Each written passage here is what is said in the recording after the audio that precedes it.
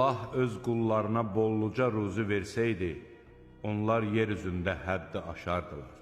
Lakin O, istədiyi şeyi qədərincə göndərir. Həqiqətən O, öz qullarından xəbərdardır, görəndir. İnsanlar ümidlərini kəsdikdən sonra yağış endirən və öz mərhəmətini hər yana yayan O'dur. O, himayəçidir, tərifə layiqdir. İnsana bir zərər toxunduğu zaman bizə yalvarır.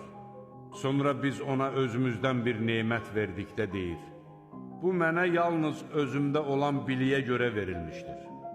Xeyr, bu bir imtihandır. Lakin onların çoxu bunu bilmir. Bunu onlardan əvvəlkilər də demişdilər. Amma qazandıqları şeylər onlara heç bir fayda vermədi.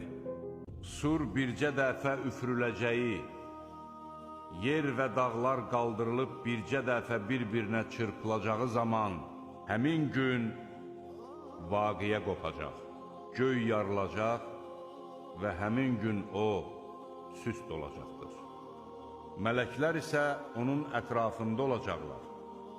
O gün sənin Rəbbinin ərşini 8 mələk daşıyacaqdır. O gün siz məhşərə gətiriləcəksiniz və heç bir sirriniz gizlədilməyəcəkdir. Kitabı sağ əlinə verilən deyəcəkdir: budur, oxuyun kitabımı. Mən bilirdim ki, etdiklərimin hesabına qovuşacağam. O, xoşbəxt həyat sürəcəkdir.